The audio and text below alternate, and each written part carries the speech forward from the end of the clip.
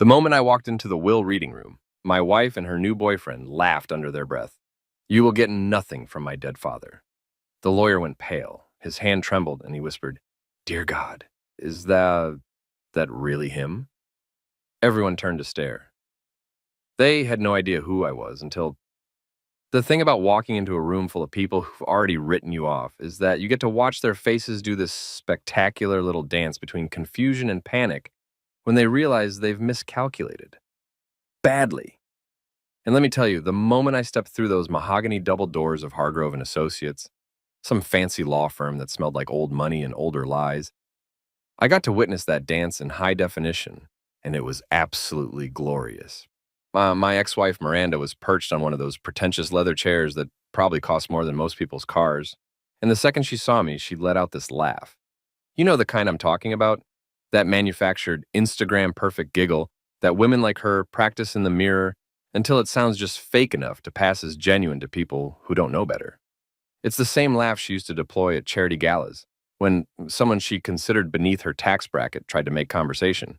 The laugh that says, "I've already won, you're just here to watch me collect the trophy." That laugh. The one that made my teeth ache even when we were married, back when I was still delusional enough to think love could fix personality disorders. She was wearing white, because of course she was. Miranda always had this twisted sense of irony, showing up to her dead father's will reading dressed like some kind of grieving virgin saint, when everyone with functioning brain cells knew she'd been counting down the days until the old man kicked it so she could finally get her perfectly manicured hands on his estate. The pearls around her neck probably cost more than I used to make in a month, back when I was stupid enough to think being a good husband meant bankrolling her delusions of grandeur. And there, right beside her, like some kind of designer accessory she'd picked up at the douchebag store, was Bryce. Oh, Bryce. Where do I even start with this guy? He had that whole, "I peaked in college and never got over it" vibe going on. Tight suit that was probably cutting off circulation to whatever brain cells he had left. Hair gelled back like he was auditioning for a reboot of American Psycho. And this smug expression that made you want to introduce his face to a wall just on principle. The guy looked like someone had asked AI to generate generic rich asshole number 7, and then gave him a trust fund and a personality disorder for authenticity. Bryce leaned over to Miranda, making absolutely zero effort to lower his voice, because subtlety wasn't really in his skill set, and stage whispered, "You'll get nothing from her father's estate." He said it with this little smirk, like he was some kind of mastermind villain in a movie written by someone who'd never met an actual intelligent person. Cute. Really cute. The kind of cute that makes you wonder how some people manage to dress themselves in the morning without accidentally putting their pants on their head. But here's where things got interesting. Mr. Hargrove, the lawyer handling the estate, this distinguished-looking guy in his 60s with silver hair and wire-rimmed glasses that gave him that whole, "I've seen some stuff in my career, but this is about to be wild" energy. He just froze, mid-sentence, like someone had hit pause on a DVD player. His glasses literally slid down his nose in that cartoonish way you always think is exaggerated in movies until you see it happen in real life. And he whispered, "Dear God, is that really him?" And let me tell you, when a lawyer who's probably overseen hundreds of estate settlements sounds like he's just seen a ghost walk through the door wearing a Tom Ford suit, you know something's about to go sideways in the best possible way. The whole room turned. And I mean everyone. Miranda's cousin Jessica, who I'd never liked because she had this habit of asking invasive questions about our finances at Thanksgiving dinners. Some guy I didn't recognize who was probably another one of William's business associates, there to pick at the bones of the estate like a well-dressed vulture. Even Hargrove's assistant, this young woman with a tablet who'd been frantically taking notes, just stopped mid-keystroke and stared. The silence hit the air like a fork dropping in an empty cathedral. Sharp, sudden, and impossibly loud in its absence of sound. Apparently, I'd gone from being the invisible ex-husband, the one they probably made jokes about over cocktails and expensive appetizers, to being an unexpected plot twist that nobody saw coming. And honestly, I was living for it. See, here's the thing they didn't know. 7 months ago, I was just Julian Cross, regular guy, decent husband, the one who paid the bills on time, built businesses from scratch while Miranda took credit in her Instagram posts. and generally played the role of supportive spouse while she climbed social ladders and spent money we didn't have on things we didn't need. I was the husband who got traded in for someone with better abs, worse credit, and the kind of superficial charm that impresses people who measure worth in bicep circumference and car brands. I was the guy who came home one day to find half the closet empty and a post-it note that said, "I need someone with more ambition. My lawyer will contact you." A post-it note. Like I was a reminder to pick up milk, not a human being she'd spent 5 years promising forever to. But I'd spent those 7 months doing what any self-respecting man does after his world implodes and his heart gets handed back to him in pieces. I rebuilt. I rebranded. I got my life together in ways that would make those motivational Instagram accounts look like amateur hour. New company? Check. I launched Cross Dynamics, a clean energy startup that Miranda's father had literally laughed at when I pitched it at a family dinner 2 years ago, calling it adorable in that condescending way. Rich people dismiss ideas that might actually change the world because they're too busy protecting the status quo that made them rich in the first place. New wardrobe? Check. Turns out when you're not spending every dime keeping up with a woman whose shopping addiction could fund a small nation, you can actually afford clothes that make you look like you've got your life together. New backbone? Check, check, and check. Because nothing builds character quite like having your heart ripped out, realizing the person you loved was basically a well-dressed parasite, and then deciding that you're done being anybody's doormat, ATM, or emotional punching bag. So I walked into that law office wearing a navy suit that cost more than Miranda's monthly Botox budget. Custom tailored, because I'd learned that confidence isn't just about what you wear. It's about wearing it like you own the room and everyone in it. No tie, because confidence doesn't need accessories, and I decided that the new Julian Cross didn't do unnecessary things just because society said so. My hair was cut sharp, my shoes were Italian, and I carried myself like a man who'd walk through fire and come out the other side with a tan and a better investment portfolio. I looked at Miranda and Bryce, sitting there in their bubble of self-satisfaction, completely oblivious to the fact that their world was about to implode, and I smiled. Not a big smile. Not one of those showy look-at-me grins that scream insecurity, just a small, knowing smile. The kind of smile that says, I brought receipts, I've got the email chains, I know where all the bodies are buried, and this is going to be fun. For me, anyway. For them, not so much. And that's when I knew. This wasn't just going to be a will reading. This was going to be a reckoning. Mr. Hargrove was doing his best to regain control of the situation, shuffling through papers with the kind of nervous energy you usually see in people who've just realized they're about to drop a bomb in a room full of egos and entitlement. His hands were actually shaking a little, which I found both amusing and slightly concerning because this guy had probably handled hundreds of estate cases in his career, and yet here he was, looking like he'd rather be literally anywhere else on the planet. Maybe diffusing actual explosives, maybe swimming with sharks. Anything but dealing with whatever circus this will reading was about to become. Miranda, meanwhile, kept flashing me that grin. You know the one, that I'm untouchable smile, that wealthy people perfect over years of getting away with absolutely everything. Because daddy's money or family connections or sheer audacity has always smoothed over their mistakes like some kind of magic eraser for consequences. It's the same expression I'd seen on her face when she'd maxed out our credit cards and acted like I was the unreasonable one for being upset about it. The same look she'd given me when her father had accidentally left me out of family business discussions, even though I was literally the one building the technology that was supposed to save his company from becoming obsolete. That smile that says, I can do whatever I want, and you can't touch me. Here's the funny thing about people who genuinely believe they're untouchable. They usually just haven't met their consequences yet. They're walking around thinking they're made of Teflon and titanium, that nothing sticks and nothing breaks, completely oblivious to the fact that the universe has a pretty solid track record of humbling people who get too comfortable in their delusions. It's like watching someone juggle chainsaws while standing on a frozen lake, convinced they're invincible, right up until the moment everything goes spectacularly, catastrophically wrong. Bryce apparently decided this was his moment to contribute something to the conversation, because he leaned over toward me, giving me an unfortunate close-up view of his overpriced cologne situation, which was aggressive enough to qualify as a war crime in 17 countries, and said, "You shouldn't be here." He said it with this little edge in his voice, Like he was some kind of bouncer at an exclusive club and I was the guy who showed up without being on the list. Like he had any authority whatsoever over who got to attend the reading of William Grant's will. This guy really thought he was somebody just because he was sleeping with my ex-wife and driving her dead father's vintage Porsche, like he'd earned it through anything other than being conventionally attractive and morally flexible. I turned to look at him, taking my sweet time about it, and whispered back, I shouldn't have married the sequel to your haircut. But here we are. His face did this beautiful thing where it went from smug to confused to offended in about 3 seconds flat, which was honestly faster than I'd seen him process most information. The guy looked like he wanted to say something back, probably something he thought was clever, but would actually just confirm that his elevator didn't go all the way to the top floor.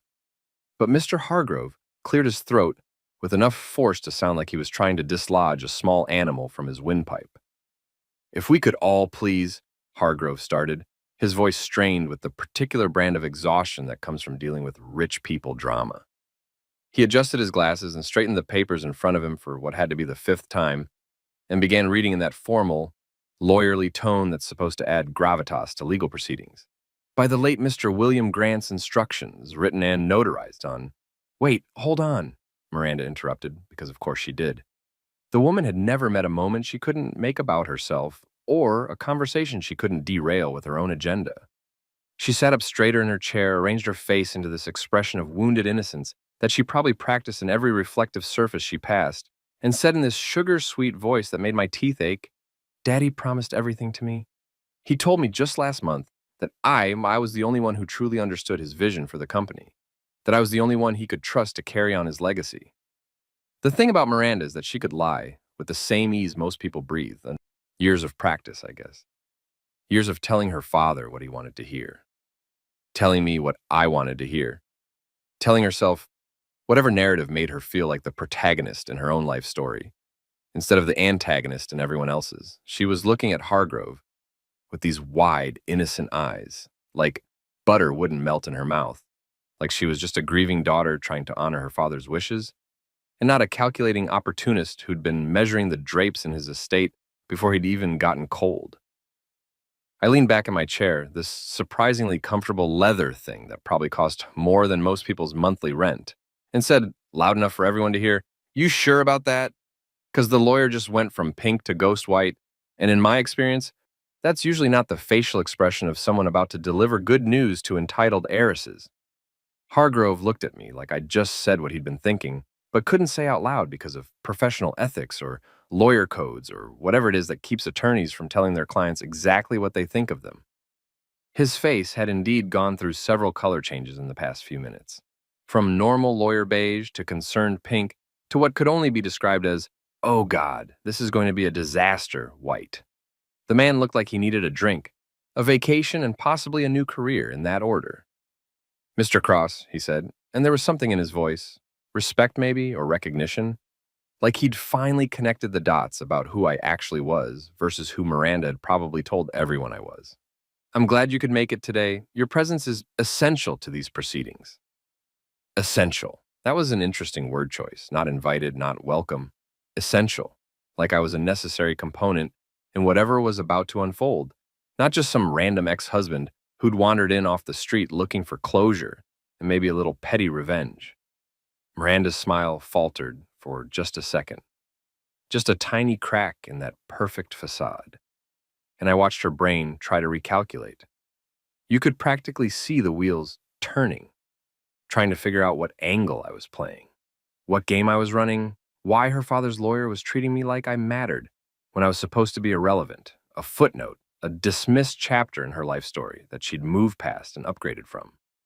Jessica, Miranda's cousin, was sitting 2 chairs down, and she leaned forward with this hungry look on her face like she was watching the season finale of her favorite reality show, and someone was about to flip a table. The business associate guy, I'd overheard someone call him Richard or Robert or some equally forgettable rich guy name, was suddenly paying much closer attention, his phone forgotten in his lap, sensing that whatever was about to happen was going to be more interesting than his stock portfolio updates. I wasn't there to beg for crumbs from William Grant's estate. I wasn't there to plead my case or make some emotional appeal about how I'd been a good son-in-law who'd worked hard and deserved something for my years of service to the family. I definitely wasn't there to watch Miranda and her discount Ken doll boyfriend walk away with everything while I got a pat on the head and a thanks for playing consolation prize. No, I was there to reclaim what was mine: my work, my ideas, my intellectual property that had somehow gotten tangled up in Grant family business over the years, and a little thing called dignity that I'd misplaced somewhere between saying I do and signing divorce papers. I was there because sometimes the quiet guy, the one everyone underestimates and overlooks and dismisses as harmless, is actually the most dangerous person in the room. Not because he's violent or aggressive or loud, but because he's been paying attention the whole time, collecting information, documenting everything, waiting for exactly the right moment to prove that underestimating him was the biggest mistake they ever made. And judging by the look on Hargrove's face as he opened the next envelope, that moment had finally arrived.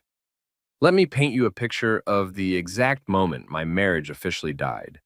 Because context matters, and also because it's the kind of story that makes you simultaneously want to laugh and throw something expensive against a wall. Miranda left on a Tuesday, which felt appropriate somehow because Tuesdays are already the worst day of the week. Past the hope of Monday, not yet close enough to Friday to matter, just existing in this limbo of mediocrity. She'd packed 3 suitcases, taken the good coffee maker that I'd actually purchased with my own money, and left me with a speech that she'd clearly rehearsed in the mirror because it came out way too smooth, way too practiced, like she was performing a monologue in some community theater production of Terrible People Ruin Lives. "You lack ambition, Julian," she'd said, standing in our living room. Well, my living room now, since she was abandoning ship, wearing designer workout clothes that cost more than some people's rent and had never seen the inside of an actual gym. "I need someone who wants more out of life, someone who's going places, someone who's not content with just this." She'd gestured around our apartment with this dismissive little wave, like we were living in some kind of hovel instead of a perfectly nice 2-bedroom in a decent neighborhood that I'd worked my tail off to afford. Here's the thing she really meant. The translation for anyone who doesn't speak fluent entitled princess. I wasn't buying her father's approval fast enough. I wasn't climbing the corporate ladder at Grant Industries with the speed and enthusiasm she'd expected. I wasn't dropping enough cash on new handbags, designer shoes, weekend trips to wine country, and all the other accessories she needed to maintain her lifestyle brand on social media. I was too busy actually working, actually building things, actually trying to create something meaningful instead of just playing dress up in her father's company and pretending to be important. The kicker? She said all of this while standing next to the prototype for what would eventually become the core technology behind Cross Dynamics. This clean energy converter I'd been developing in our spare bedroom, the thing I'd spent 18 months and most of my savings perfecting. She literally couldn't see the ambition that was sitting 3 feet away from her, probably because it wasn't wearing a designer label or driving a car with an unnecessary number of cylinders. So she left. Moved in with Bryce 2 days later, which meant they'd definitely been sleeping together for months before the official divorce announcement, but I digress. And I had a choice to make. I could either spiral into some pathetic depression spiral involving too much whiskey and bad decisions, or I could take every ounce of rage, humiliation, and heartbreak and channel it into something productive. Guess which option I went with? I rebuilt myself from the ground up, like some kind of personal renovation project. Except instead of HGTV, it was more like a revenge montage in an action movie where the hero comes back stronger, smarter, and significantly better dressed. First order of business was actually launching Cross Dynamics as a legitimate company, instead of just a pipe dream I was tinkering with in my spare time. I took the technology I'd developed, the patents I'd been smart enough to file in my own name before Miranda could get her perfectly manicured claws into them, and I built something real. My buddy Marcus, this guy I'd gone to college with who'd become a venture capitalist and actually understood that the future of energy wasn't going to look like the past. He saw what I was building and immediately wrote me a check. Not a small check.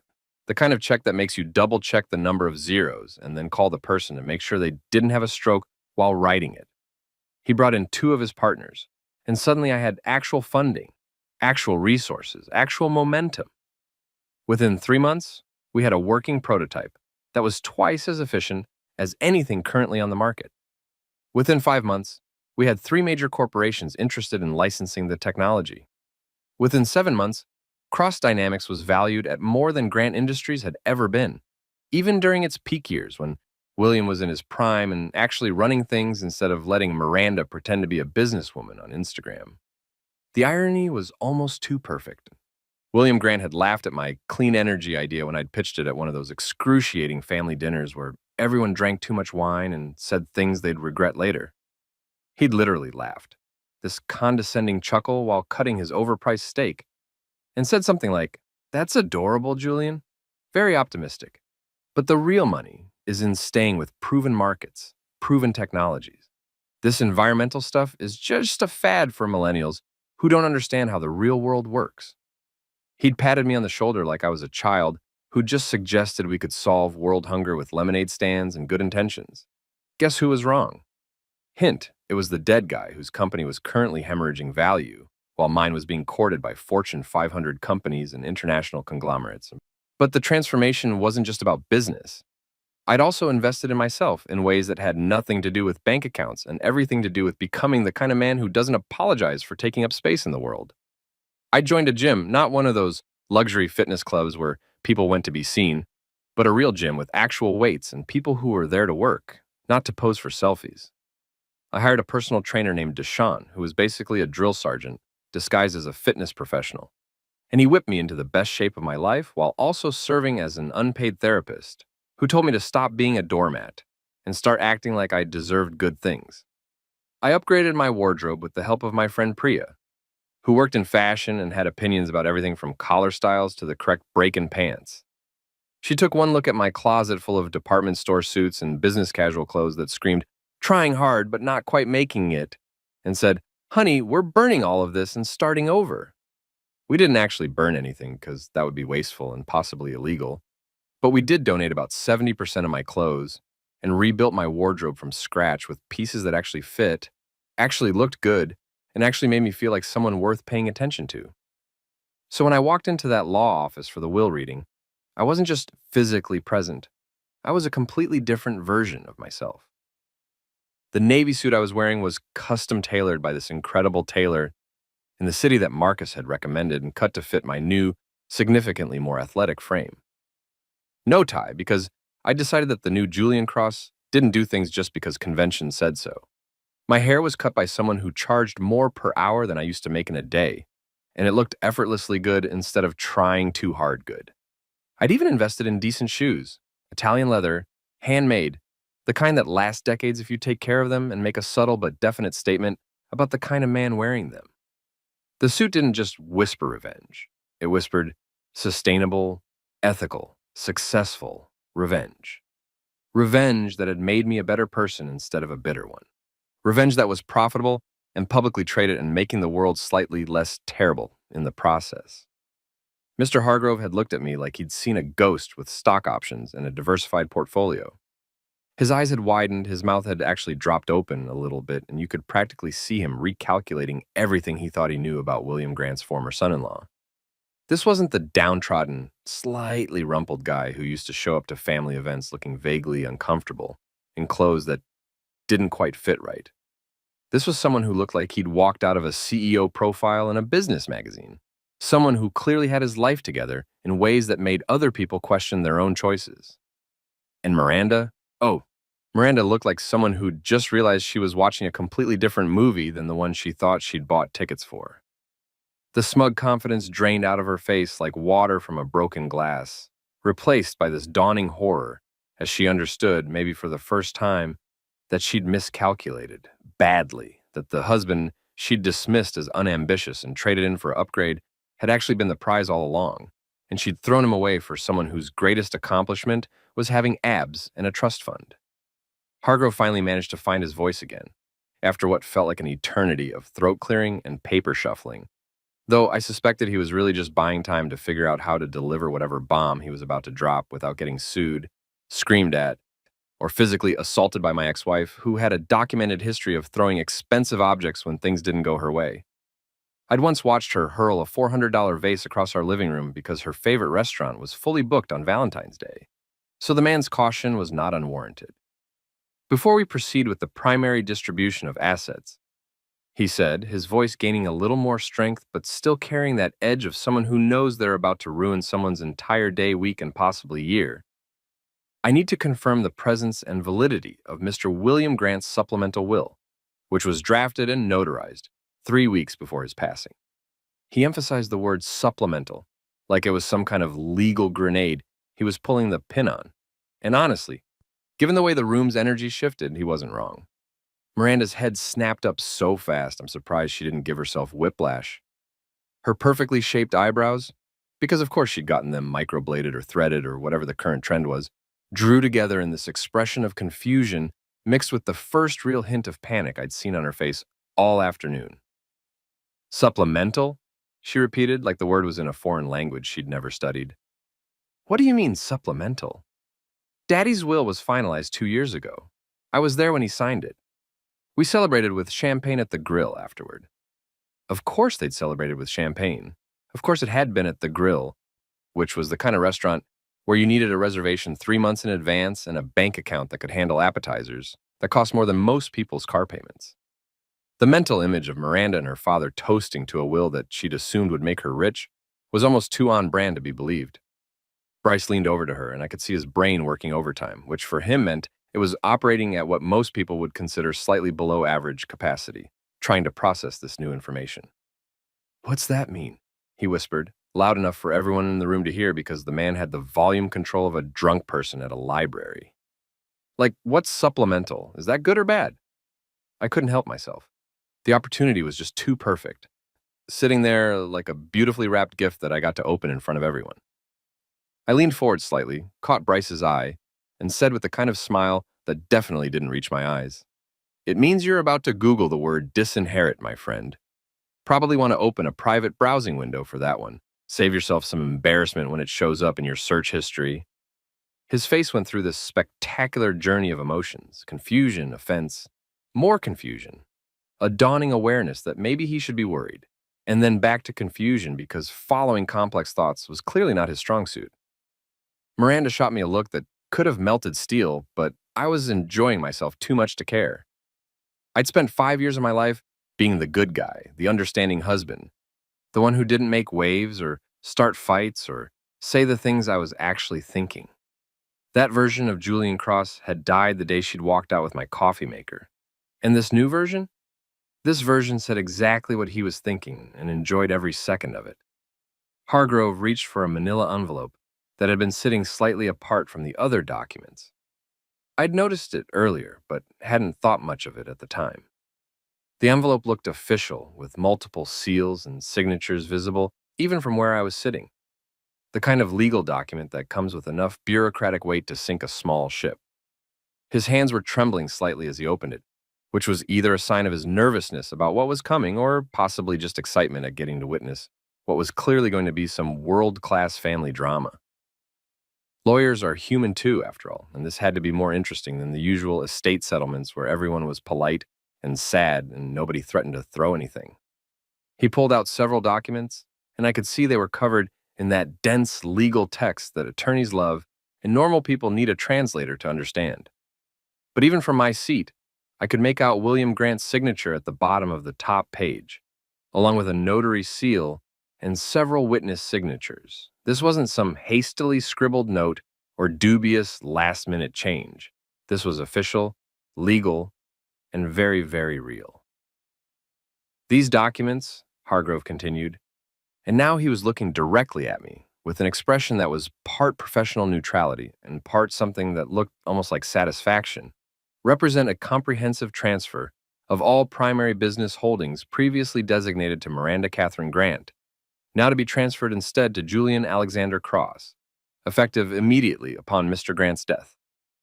The silence that followed was so absolute, so complete, that I could hear the air conditioning humming in the vents above us. I could hear Jessica's sharp intake of breath from across the room. I could hear the ticking of the ornate clock on the wall that probably cost more than a semester of college tuition. The world had basically hit pause, and everyone was frozen in this moment of collective what the hell just happened shock. Miranda's mouth opened, then closed, then opened again like a fish that had suddenly found itself on dry land and was trying to figure out how it had gotten there. Her face went through several color changes, pale white, then flushed red, then an alarming shade of purple that made me briefly wonder if I should be concerned about her blood pressure. "That's impossible," she finally managed to say, her voice coming out strangled and higher pitched than normal. That's absolutely impossible. Daddy hated him. He thought Julian was. He said. She was struggling to form complete sentences, her brain apparently short-circuiting as it tried to process this new reality that contradicted everything she'd assumed about her life. A nice guy with cute ideas but no real business sense? I offered helpfully. Yeah, he said that to my face multiple times. Usually after a few drinks at family dinners. Good times. Real confidence builder, those conversations. He wouldn't, Miranda insisted, and now she was standing up, her chair scraping loudly against the floor. The papers in front of Hargrove rustled slightly, and everyone in the room tensed like we were watching a nature documentary right before the predator strikes. This is fraud. This is forgery. Julian must have. He's been planning this. He somehow forged Daddy's signature. Yeah, I interrupted, because watching her spiral was entertaining, but I also had places to be, and this was taking longer than necessary. But apparently your father hated fraud more than he ever disliked me, which, considering some of the financial creative writing you've been doing with company accounts over the past year, and yes, I know about that. We'll get to that part later, is actually pretty understandable when you think about it. Bryce had gone completely silent, which was possibly the smartest thing he'd done all day. He looked like someone who'd just watched his meal ticket spontaneously combust, which wasn't far from the truth. His face had taken on this grayish quality, and I watched him do some quick mental math, probably calculating how many months he could survive on whatever was left in his trust fund before he'd need to find another wealthy girlfriend or, God forbid, get an actual job. Richard or Robert or whatever his name was let out a low whistle, then tried to cover it with a cough when Hargrove shot him a look. Jessica was practically vibrating with excitement, her phone already out and undoubtedly texting everyone she knew about this absolute disaster of a will reading that she got to witness firsthand. The air in the room felt electric, charged with the kind of tension that comes right before everything explodes into chaos. And I sat there thinking that this was exactly the kind of moment that made the past 7 months of hard work, early mornings, late nights, and personal transformation completely worth it. Just when I thought this whole situation couldn't get any more surreal or entertaining. And trust me, watching Miranda's face go through more color changes than a mood ring in a tornado had already set a pretty high bar for entertainment value. Hargrove did something I absolutely wasn't expecting. He reached into his briefcase and this expensive leather thing that had probably been with him through decades of estate settlements and family drama, and pulled out a small digital recorder. Not a phone, not a laptop, but an actual standalone recording device, which immediately told me that whatever was on this thing was important enough to warrant its own dedicated hardware. Mr. Grant was very specific about the order in which these documents were to be presented, Hargrove said, and there was something in his voice now that sounded almost apologetic, like he knew what was coming and felt bad about it, but also kind of didn't, because his job was to execute his client's wishes, not to protect people's feelings. He insisted that before we proceed with any signatures or finalizations, this audio statement be played in its entirety, with all parties present. Miranda looked like she was going to object. Her mouth opened, her hand came up in that imperious gesture she used when she was about to demand something. But Hargrove held up one finger in a surprisingly authoritative move for a guy who'd spent most of this meeting looking like he wanted to crawl under his desk and hide. Mrs. Collins, he said, using her married name, which technically wasn't even accurate anymore, since she'd reverted to Grant after the divorce. Your father was extremely clear on this point. The recording plays in full without interruption, or the entire will becomes contestable. Those were his exact words. That shut her up real quick. The threat of making the will contestable meant lawyers, court dates, legal fees, and the possibility that everything could get tied up in probate for years. Even Miranda, with her limited understanding of how consequences work, could grasp that fighting this particular battle wasn't worth it.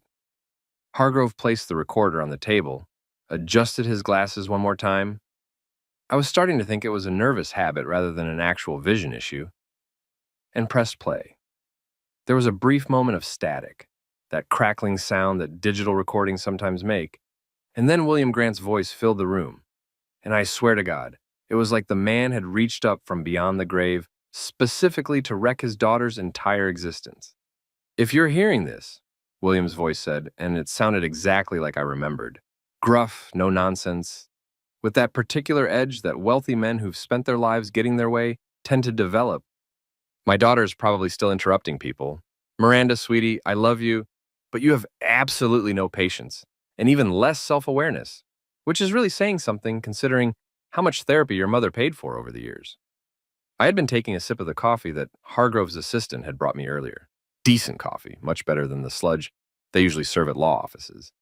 And I nearly snorted it straight through my nose. I managed to swallow it instead, but it was a close call, and I had to cover my mouth with my hand to keep from laughing out loud. This was already worth the price of admission, and we were literally 5 seconds into the recording.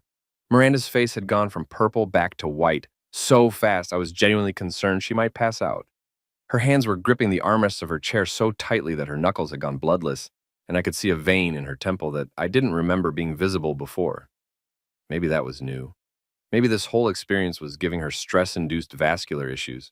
I decided I didn't care enough to worry about it. You betrayed the company, William continued, and his voice had lost all traces of affection now, replaced by this cold, hard tone that I'd heard him use on business competitors and people who'd tried to screw him over. Don't think I didn't know about the accounts you were skimming from. Don't think I didn't notice the contracts you were steering toward Bryce's father's company in exchange for kickbacks. I'm old, Miranda, not stupid. There's a difference, though. You never seem to grasp that distinction. Oh, this was good. This was better than good. This was the kind of content that made reality television executives weep with joy. I glanced over at Bryce, who had somehow managed to turn an even more alarming shade of gray. He looked like someone who'd just realized that his entire life was built on a foundation of lies, questionable ethics, and the mistaken belief that nobody was paying attention. The man looked like he wanted to sue gravity for keeping him in the room instead of letting him float away to somewhere less incriminating. And speaking of Bryce, William's voice continued, like the dead man could somehow sense that we were all thinking about Miranda's boyfriend and wanted to address him directly. Your new boyfriend is an idiot. I've met golden retrievers with better business instincts. I've met houseplants with more going on upstairs. The man once tried to explain cryptocurrency to me using analogies about Pokemon cards. And I genuinely wasn't sure if he was joking or if that was actually the limit of his understanding of complex financial systems. Spoiler alert, it was the latter. I lost it. I actually lost it. There was no containing the laughter at that point, and it burst out of me in this completely undignified snort that echoed through the office. Even Hargrove's assistant, who'd been trying to maintain professional neutrality this entire time, cracked a smile and had to look down at her tablet to hide it. Jessica was openly laughing, not even trying to be subtle about it anymore. Richard Robert was shaking with silent laughter, his face red from the effort of trying not to make noise. Bryce looked like a man who'd just had his entire existence summed up and dismissed in 3 sentences by a dead guy. And honestly, I couldn't have asked for a better outcome if I'd scripted it myself. The recording wasn't done. William's voice took on a different quality now, something almost respectful. Julian built what you stole, he said, and I felt my throat tighten unexpectedly because this was the validation I hadn't even realized I'd been waiting for. The clean energy patents, the business model for Cross Dynamics, even the initial prototypes that you claimed were company property, all his work, all his ideas. You slapped your name on his achievements and then threw him away when you thought you'd extracted everything useful. That's not business, Miranda. That's theft. And it's beneath even you, which is really saying something.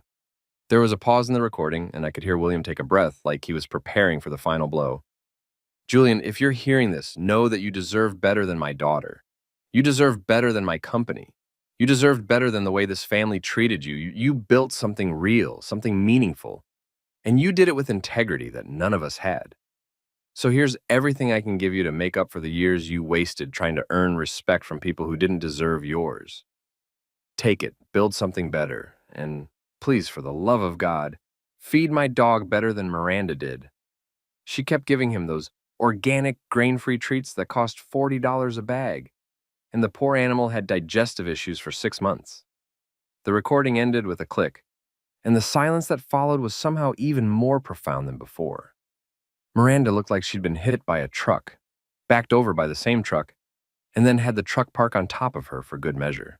Her scarlet face was now streaked with tears that she was trying very hard not to let fall, and failing spectacularly. That's fake, she finally managed to choke out, her voice cracking. That's someone edited that. That's not real. It can't be real. Hargrove, bless him, held up a notarized affidavit with what looked like about 17 different official seals on it. Actually, ma'am, he said with the kind of professional courtesy that barely masked his complete lack of sympathy, it's certified by 3 independent witnesses, including myself, and has been authenticated by 2 separate audio forensics experts. Legally, and if I may say so, emotionally, this is as real as it gets. I sat there grinning like an idiot, watching karma get served with crystal clear Dolby audio quality, and thinking that sometimes the universe really does have a sense of humor.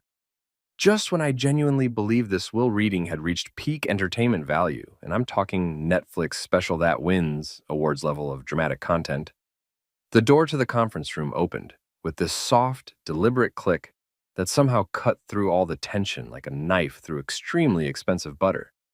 Everyone's heads turned simultaneously, which would have been comical if we weren't all so invested in whatever fresh chaos was about to unfold, and standing in the doorway was Mr. Porter, William Grant's butler, of approximately 300 years, give or take a few decades.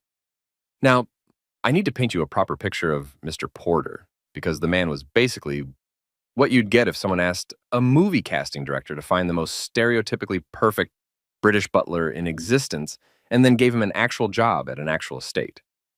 He was probably in his late 70s, rail thin, impeccably dressed in a 3-piece suit that looked like it had been pressed approximately 5 minutes ago, and he had this posture that made everyone else in the room suddenly aware that they were slouching. His silver hair was combed back perfectly, his shoes were polished to a mirror shine, and he carried himself with the kind of dignity that made you want to apologize for existing in his general vicinity. More importantly, and more interestingly, he was carrying a mahogany box, not a small box. Either this thing was probably 2 feet long, ornately carved with these intricate patterns that screamed expensive family heirloom that's probably insured for more than your car. And it looked heavy based on the way he was holding it with both hands, even though the man's arms weren't shaking at all, because apparently British butlers are also secretly weightlifters, or maybe just built different.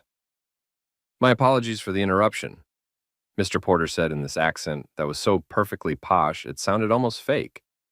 Except I knew it wasn't because I'd heard him speak dozens of times at family gatherings where I'd felt perpetually out of place. However, Mr. Grant left very specific instructions regarding the timing of this delivery. He stepped fully into the room, and I noticed Hargrove actually straightened up in his chair, which told me that even the lawyer hadn't been expecting this particular development. Mr. Porter's eyes swept across the room with a kind of assessing gaze that probably came from decades of watching wealthy people behave badly at dinner parties and learning to anticipate disaster before it happened. His gaze lingered on Miranda for a moment, and something flickered across his face. Not quite satisfaction, but maybe something adjacent to it. Professional vindication, perhaps. The expression of someone who'd known this was coming and had been waiting patiently for the shoe to drop. Miss Grant, he said, and the fact that he didn't call her Mrs. Collins or even acknowledge her married name felt deliberate and slightly savage. Mr. Grant was quite explicit in his written instructions. Should you protest the contents of his supplemental will, should you contest the audio recording, or should you in any way attempt to interfere with the execution of his final wishes, I was to deliver this directly to Mr. Cross. He turned to face me, and I swear the man almost smiled. Almost. It was like watching a statue consider the possibility of having emotions. Mr. Cross, he said, with what I can only describe as actual respect in his voice, which was more than I'd ever gotten from him during my marriage to Miranda when I was just the slightly awkward son-in-law who didn't know which fork to use for the salad course. Mr. Grant wanted you to have this. He spent considerable time assembling these materials and asked me to ensure they reached you at precisely this moment. He walked over to where I was sitting. Everyone else in the room had basically turned into statues, watching this unfold, like it was the climax of a murder mystery and we were all waiting to find out who done it, and placed the mahogany box on the table directly in front of me. The thing was heavier than it looked, based on the solid thunk it made when it contacted the wood. And up close, I could see that the carvings weren't just decorative patterns, but actually depicted various scenes of justice, betrayal, and retribution. William Grant had apparently commissioned a custom revenge box, which was simultaneously extra as hell and also kind of brilliant. May I asked, looking at Hargrove, because even though I was enjoying this immensely, I still had enough sense to make sure I wasn't about to violate some legal protocol that would come back to bite me later. Hargrove nodded enthusiastically, like a kid who'd been given permission to open presents on Christmas morning. Please do. This is apparently part of the official estate settlement, so yes, absolutely. Open it right now while we're all here to witness whatever Mr. Grant left for you. I lifted the lid. The hinges were well oiled and moved silently, which felt appropriate for something this dramatic. And inside was a collection of materials that made my eyebrows climb toward my hairline. There were photographs, dozens of them, printed on high-quality photo paper and organized in neat stacks with colored tabs marking different categories. There were ledgers, the old-fashioned kind with actual handwritten entries, which seemed wildly outdated until I realized they were probably intentionally low-tech to avoid any digital trail. And sitting right on top of everything, impossible to miss, was a USB drive with a label that had been written in William's distinctive handwriting. Plan B, for when my daughter acts like my ex-wife. I actually laughed out loud at that. Not a polite chuckle, not a restrained acknowledgement of humor, but a full, genuine laugh that came from somewhere deep in my chest. The man had labeled his backup revenge materials with a joke about his own failed marriage and his daughter's tendency to follow in her mother's footsteps. That was some next-level pettiness, combined with self-awareness, and I had to respect it. Bryce, who apparently still had some functioning brain cells left after the repeated emotional beatdowns of the past 20 minutes, leaned forward and said, "This is illegal. This has to be illegal. You can't just... Evidence obtained like this isn't..." He was grasping at straws, and everyone in the room knew it, but I had to give him credit for trying. It was like watching someone try to bail out the Titanic with a teaspoon. Admirable effort, completely futile outcome. I looked at him, really looked at him, and whispered, "You know what's actually illegal, Bryce? Embezzlement, fraud, conspiracy to commit corporate theft. But sure, let's focus on whether my dead father-in-law's documentation methods were up to your legal standards. That seems like a productive use of everyone's time." Miranda had gone completely silent now, which was arguably more terrifying than when she'd been yelling. She was just staring at the box with this expression of dawning horror, like she was watching her entire life implode in slow motion and couldn't figure out how to stop it. Her hands were shaking, actually trembling like she'd developed a sudden neurological condition, and I could see tears starting to form in her eyes again, though whether they were tears of rage, fear, or genuine remorse was anybody's guess. My money was on rage mixed with fear, because Miranda had never been particularly good at actual remorse. Mr. Porter, still standing beside the table, like an extremely well-dressed sentinel, cleared his throat gently. "There's also a note, sir," he said, pointing to a cream-colored envelope that I'd somehow missed in my initial survey of the box's contents. "Mr. Grant asked me to ensure you read it aloud if you felt comfortable doing so." I picked up the envelope, heavy paper stock, the expensive kind that rich people use for important correspondence, because apparently regular paper isn't good enough when you're dropping truth bombs from beyond the grave, and opened it carefully. Inside was a single card with William's handwriting, and I have to admit my hands weren't entirely steady as I unfolded it because despite everything, despite the divorce and the humiliation and the years of feeling like I wasn't good enough for his family, the man had ultimately chosen to believe in me. I read it aloud, my voice carrying clearly through the silent room. "Julian, patience wins wars, not battles. You played the long game better than anyone I've ever known, myself included. Consider this my final move in a game I didn't realize we were playing until it was too late. Everything in this box is authenticated, documented, and legally obtained. Use it wisely. P.S. Don't let them near the bourbon cabinet. It's vintage, and they have no appreciation for quality." Miranda was shaking so hard now that her chair was actually rattling slightly against the floor.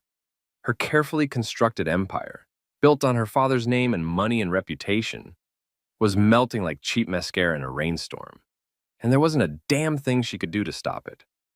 I didn't go straight home after the will reading, mostly because I needed about 45 minutes to decompress, and also because I wanted to grab some actual food that wasn't law office coffee and the stale cookies that Hargrove's assistant had offered around 3 o'clock.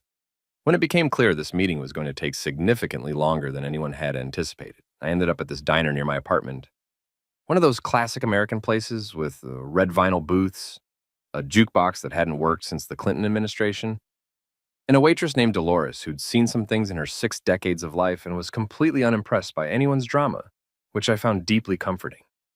I ordered a burger, fries, and the kind of chocolate milkshake that cardiologists probably show to medical students as a cautionary tale. And I sat there in my expensive suit in a booth that had definitely seen better days, with the mahogany revenge box sitting on the seat beside me like some kind of extremely fancy companion. A couple of people gave me weird looks, probably wondering what kind of person brings what looks like a pirate treasure chest to a diner.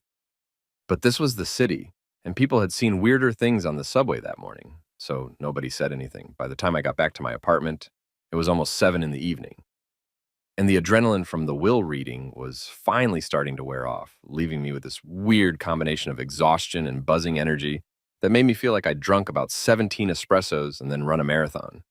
I kicked off my Italian leather shoes, which had held up beautifully through the day, but were still dress shoes and therefore instruments of foot torture, grabbed a beer from my fridge, and sat down at my desk with the mahogany box positioned directly in front of me like it was some kind of holy relic.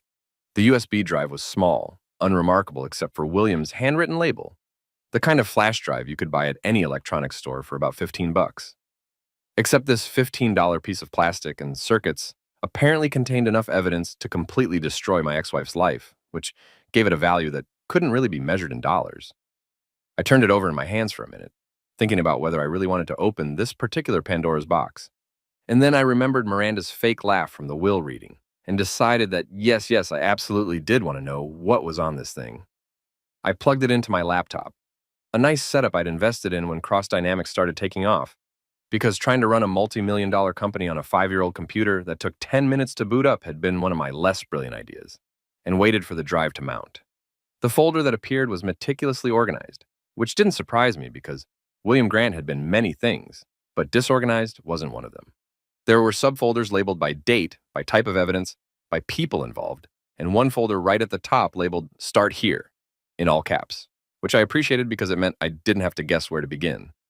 I opened that folder first, and inside was a video file with a timestamp from about 4 months ago. I double-clicked it, and suddenly I was watching security camera footage from what looked like William's study. I recognized the built-in bookshelves and that ugly abstract painting that Miranda's mother had commissioned from some artist who was probably famous, but whose work looked like a toddler had sneezed paint onto a canvas and called it Vision. The video showed a board meeting, or at least what passed for a board meeting when half the board was family members who'd inherited their positions rather than earning them. Miranda was there, dressed in one of those power suits that cost more than some people's monthly rent and somehow still managed to look like she was playing dress-up in her mother's closet. And there was Bryce, sitting beside her in a chair he definitely hadn't been invited to occupy, looking smug and entitled and exactly like someone who thought rules applied to other people. The audio quality was surprisingly good. William had apparently invested in decent security equipment, which made sense for a man who'd built his fortune by being paranoid about who was trying to screw him over. I watched as Miranda presented a proposal for restructuring Grant Holdings' investment portfolio, using terminology she'd clearly memorized, without understanding and making recommendations that anyone with actual business training would recognize as somewhere between incompetent and actively fraudulent. But the really interesting part came about 15 minutes into the video, after most of the other board members had left, and it was just Miranda, Bryce, and one of the company accountants, a nervous-looking guy named Edwin, who I vaguely remembered from a Christmas party, where he'd spent the entire evening standing in a corner drinking eggnog, and looking like he wanted to be literally anywhere else. Bryce, in his infinite wisdom and complete lack of awareness that there might be cameras recording everything, started bragging about what he called merging assets with Miranda. And by merging assets, he apparently meant funneling company money through shell corporations that his father owned, taking kickbacks on contracts that should have gone through proper bidding processes, and generally engaging in the kind of financial creativity that made actual accountants break out in hives. "We're building something here," Bryce said on the video, gesturing expansively like he was some kind of visionary instead of a trust fund baby committing multiple felonies. "Your dad's too old school to see it, but we're positioning ourselves for when he's gone. By the time anyone figures out what we've done, we'll be untouchable." I actually paused the video at that point because I was laughing too hard to hear the rest.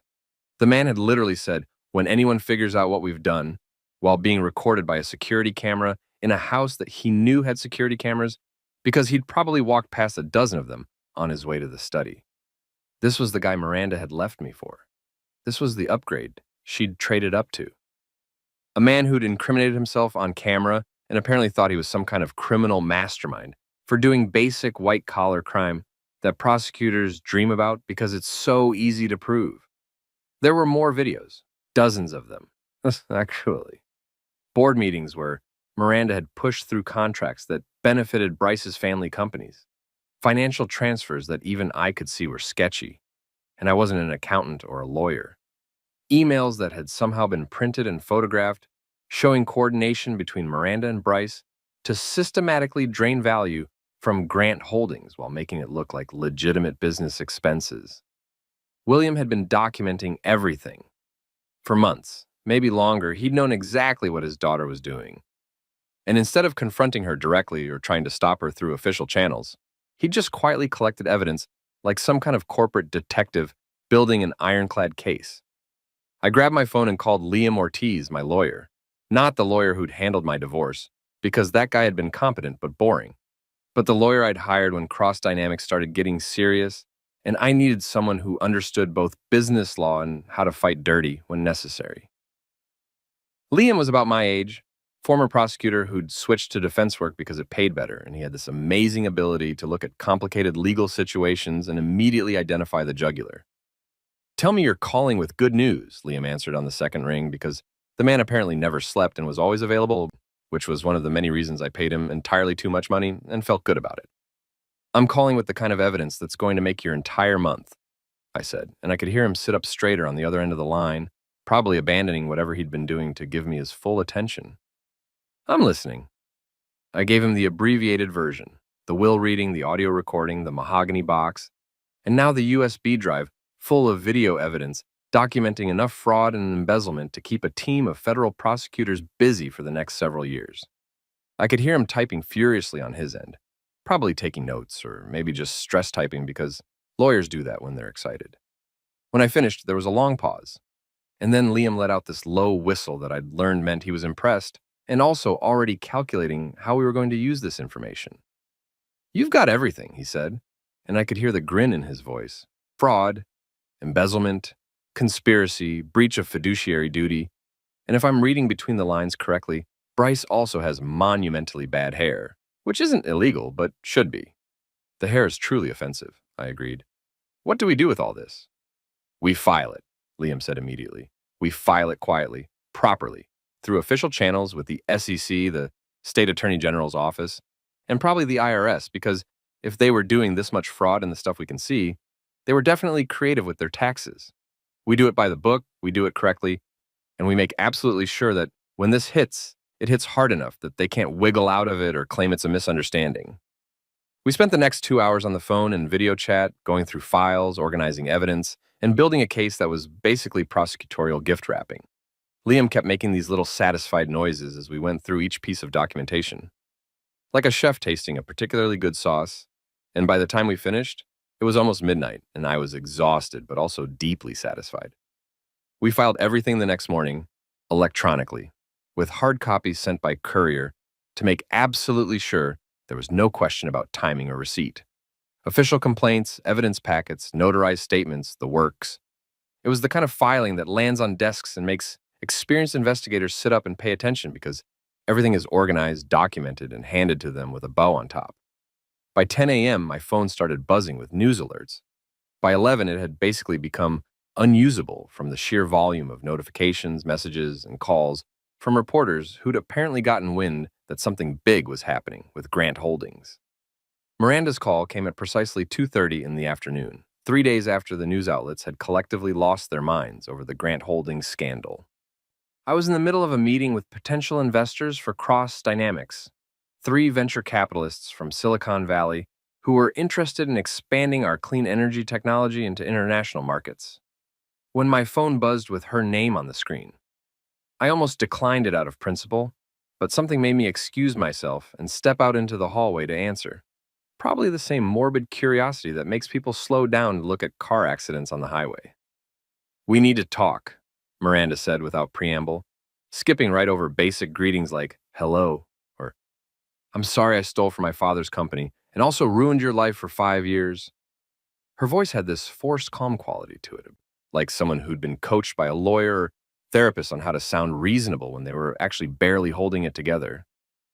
This doesn't have to be a war, Julian. We can settle this privately, like adults. Come to the mansion, tonight, 7 o'clock.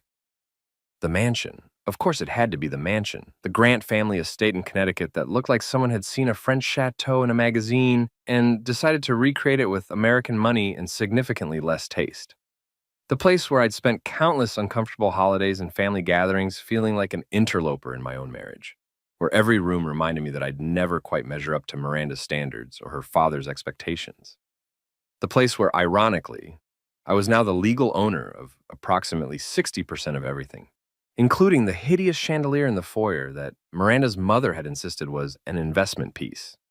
Let me guess, I said, leaning against the hallway wall and watching a paralegal speed walk past with an armful of files that looked dangerously unstable. You've got some kind of settlement offer that you think I'll be stupid enough to sign? Maybe a nice round number that sounds impressive until you compare it to what I'm actually entitled to? There was a pause on her end, and I could practically hear her recalculating her approach. Just come to the mansion, Julian. 7 o'clock. We can discuss this face to face without lawyers screaming at each other and reporters camped outside our doors. Don't you want this to be over? I told her I'd think about it and hung up, mostly because I wanted to finish my meeting with the investors and also because making her wait seemed like the appropriate power move. Then I immediately called Liam, because despite my newfound confidence and significantly improved wardrobe, I wasn't completely stupid, and I knew that walking into Miranda's territory without consulting my lawyer first was exactly the kind of move that ended with me signing something I'd regret. She wants to meet at the mansion, I told Liam after explaining the call. Tonight at 7. Private settlement discussion, no lawyers present, just the two of us, having a reasonable adult conversation. Liam snorted so loudly, I had to pull the phone away from my ear. That's not a meeting, Julian.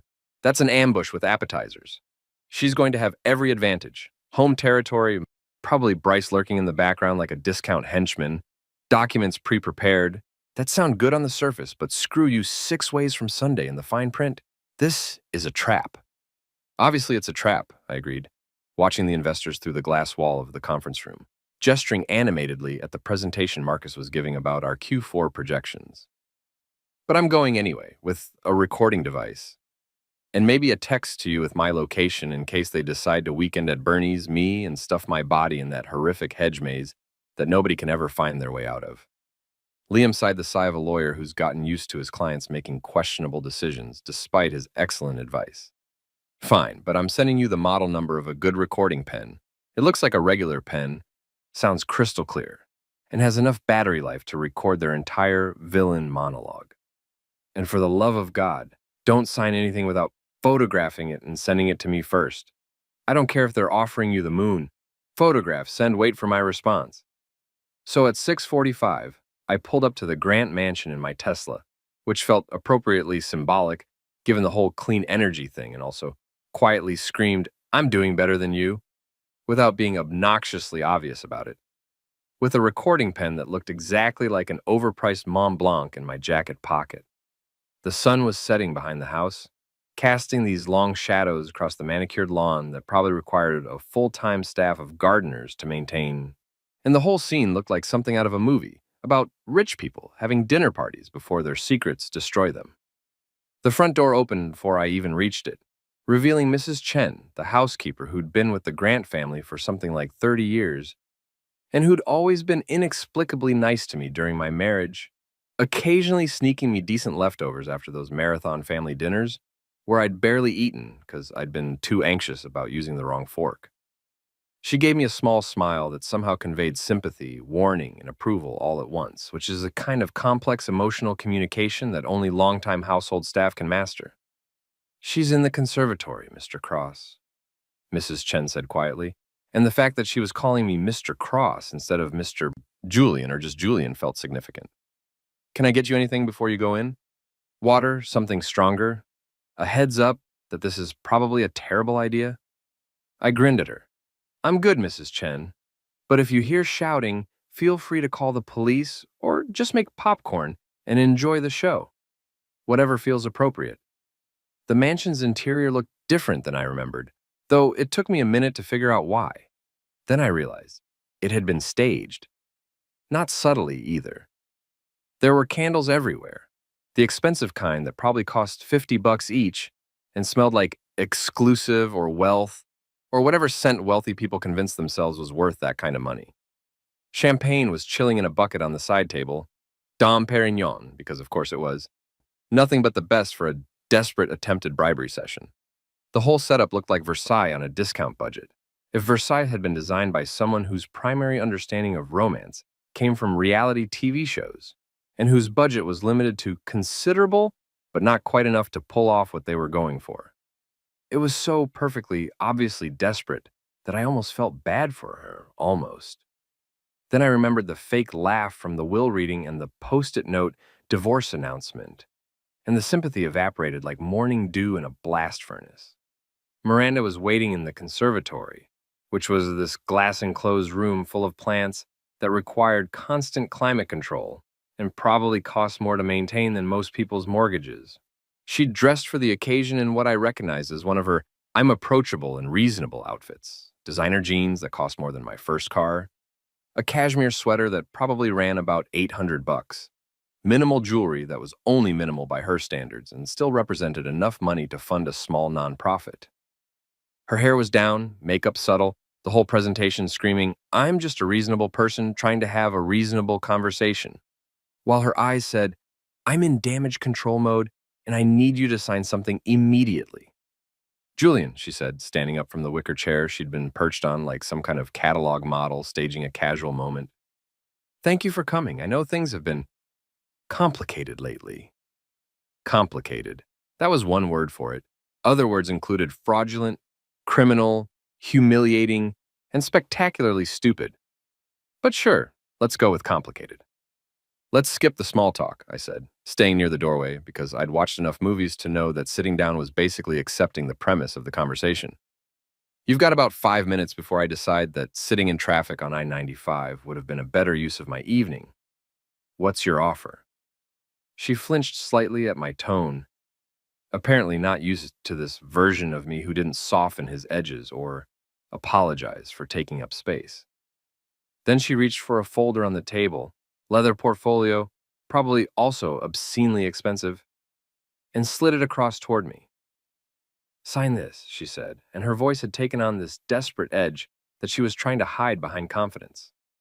You walk away with $1 million, cash. Transferred immediately. No more legal battles, no more headlines, no more dragging this family through the mud. 2 weeks later, I found myself sitting in a courtroom that looked exactly like every courtroom you've ever seen on television. Except the benches were harder, the air conditioning was somehow both too cold and insufficient, and there was this weird smell that I eventually identified as a combination of floor polish, nervous sweat, and the existential dread of people realizing their actions have consequence. The Superior Court of Connecticut wasn't exactly where I'd planned to spend my Tuesday morning, but life has a funny way of delivering entertainment in unexpected venues, and this particular venue was promising to be better than anything currently streaming on Netflix. The place was absolutely packed, standing room only, which apparently happens when a case involves wealthy people behaving badly, dead patriarchs delivering posthumous justice, and enough scandal to fuel gossip columns for the next 6 months. I'd counted at least 4 news cameras being set up in the designated media area, their operators checking angles and lighting like they were preparing to film the season finale of America's Most Dramatic Rich People. There were reporters with notebooks, sketch artists because apparently cameras weren't allowed to capture everything, and what looked like about 30 people who'd probably taken the day off work just to watch the show because when you live in Connecticut and the Grant family drama makes it to actual criminal court, you clear your schedule. Liam was sitting beside me at the plaintiff's table, or technically it was the prosecution's table, since this had evolved from a civil case into an actual criminal proceeding once the SEC and State Attorney General's office had gotten involved, and discovered that Miranda and Bryce's creative accounting was even more creative than anyone had initially suspected. He was wearing one of his court suits, the ones he reserved for occasions when he needed to look simultaneously respectable and like someone you didn't want to mess with. And he had this expression on his face that I'd learned meant he was already mentally 3 moves ahead of whatever opposing counsel was planning. "This is going to be good," he whispered to me, organizing his files with the kind of precision that made me understand why I paid him obscene amounts of money on. I've seen their witness list, I've seen their evidence list, and unless they've got a time machine and can go back and not commit multiple felonies on camera, they're screwed. The bailiff, this older guy with a gray mustache who looked like he'd seen literally everything in his 30-year career and was consequently impressed by nothing, called out, "All rise," in a voice that suggested he'd done this approximately 10,000 times and would probably do it 10,000 more before retirement. Everyone stood as Judge Patricia Caldwell entered, and I had to appreciate the cosmic irony that Miranda's case was being heard by a woman judge who had a reputation for taking exactly zero nonsense from entitled defendants and their expensive lawyers. Judge Caldwell was in her early 60s, African American, with natural hair that she wore in an elegant silver streak style and glasses that she peered over when she wanted to make you feel like you disappointed your grandmother and the entire justice system simultaneously. She'd been appointed to the bench after a distinguished career as a prosecutor specializing in white-collar crime, which meant she'd literally built her reputation on putting people like Miranda and Bryce in prison. The universe really did have a sense of humor sometimes. "Be seated," Judge Caldwell said, arranging her robes and surveying the courtroom with the kind of look that said she'd already read all the briefs, knew exactly what kind of circus this was going to be, and had mentally prepared herself for the inevitable theatrics. "Let's begin." And that's when Miranda made her entrance. Because, of course, she couldn't just be sitting in the courtroom like a normal defendant. She had to arrive fashionably late enough to make sure everyone was watching. She swept through the doors wearing white, head to toe white, like she was attending her own baptism, or maybe auditioning for a role as a martyred saint in a community theater production of someone's fever dream. White designer suit that probably cost $5,000. White heels, even white jewelry that looked like she'd raided a pearl store and decided that subtlety was for people with less to prove. Her hair was pulled back in this severe bun that was probably meant to make her look serious and repentant, but mostly made her look like a villain in a movie about evil ballet instructors. The statement was clear. "Look at me. I'm pure and innocent and wrongly accused. Please ignore all the evidence of my crimes that's about to be presented." It was the fashion equivalent of pleading not guilty while standing next to a table full of stolen goods with your fingerprints all over them. Bryce followed about 3 steps behind her, and if Miranda looked like she was dressing for martyrdom, Bryce looked like he was auditioning for the role of nervous boyfriend number 3 in a straight-to-streaming legal thriller. He was wearing a suit that was probably expensive, but looked cheap on him because he wore it with all the confidence of someone who knew he was about to be publicly destroyed. His tie was slightly crooked. There was a visible sweat stain developing under his arms despite the aggressive air conditioning, and he kept glancing around the courtroom like he was looking for exits or possibly hoping a convenient earthquake would interrupt the proceedings. They took their seats at the defense table, flanked by their lawyers, a team of 3 attorneys from some white shoe firm in Manhattan that specialized in defending indefensible clients and charging rates that could fund small nations. The lead attorney was this guy named Bradford Whitmore III, because of course that was his name, who looked like Central Casting had sent over their most stereotypical corporate defense lawyer. Silver hair, expensive suit, American flag pin on his lapel, and an expression that suggested he was being paid enough to pretend to believe his client's version of events.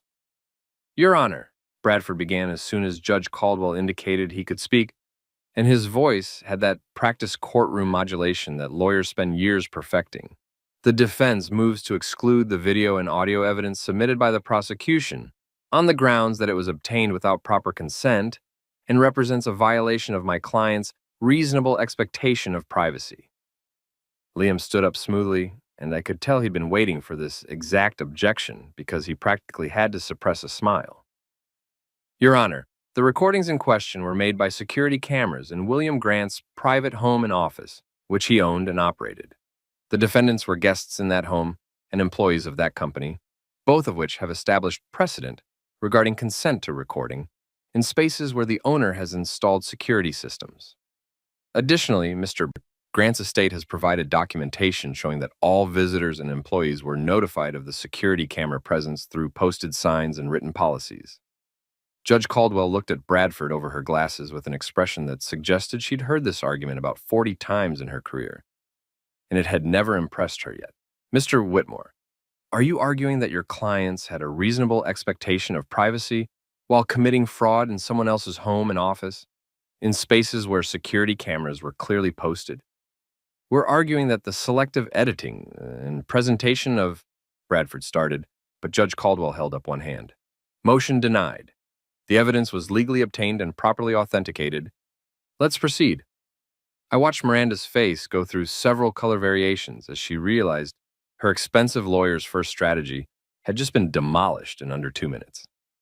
Bryce looked like he might actually be sick, which would have been inconvenient for everyone sitting near him, but would also have been kind of perfect from a karmic perspective. The prosecutor, a sharp woman in her 40s named Catherine Rodriguez, who had apparently been waiting her entire career for a case this clear-cut and satisfying, stood and addressed the court. Your Honor, the state would like to present audio evidence recorded by the deceased, Mr. William Grant, 3 weeks before his death. And here we went again. The same recording from the will reading, except now it was being played in a court of law with full legal weight behind it. William Grant's voice filled the courtroom through speakers that were probably better quality than the ones at the law office. And I watched the jury, 12 people who'd been selected specifically because they claimed to have no strong feelings about wealthy families or corporate fraud, which had to have been difficult to find in Connecticut where everyone had an opinion about both. If you're hearing this, William's voice said, and I could see several jury members lean forward slightly, my daughter's probably still interrupting people. A couple of jurors actually smiled at that, quickly suppressing it when they remembered they were supposed to maintain impartial expressions. Even Judge Caldwell's mouth twitched slightly, though she maintained her professional composure.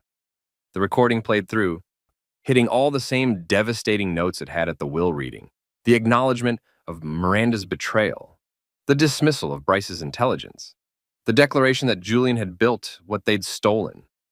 I watched the jury's faces as they listened, saw them glance over at Miranda and Bryce, saw the skepticism turn to something harder as William's words painted a picture of calculated theft and betrayal. But the real moment came when Catherine Rodriguez queued up the video evidence.